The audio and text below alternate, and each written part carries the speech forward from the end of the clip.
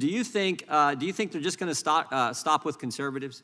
I mean, my history tells us that the cancel culture mob, the surveillance state, whatever you want to call it, it doesn't just, they never are satisfied with just certain people. It always expands. And I'll give you an example. A few years ago, Senator Feinstein, iconic Democrat senator from the great state of California, the folks in San Francisco renamed the Dianne Feinstein Elementary School. They took her name off the school because they found that she said something like 40 years ago that the cancel culture mob didn't like. So even a liberal Democrat senator wasn't good enough for the mob. They came after her too. And this is the thing that scares me.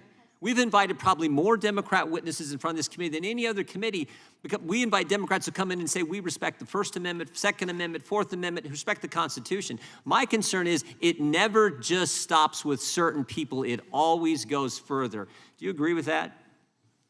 Well, the reason I prefaced my remarks with an insistence on nonpartisanship is because the danger posed by this increasing ability of governments and large corporations to collude threatens everyone's freedom equally.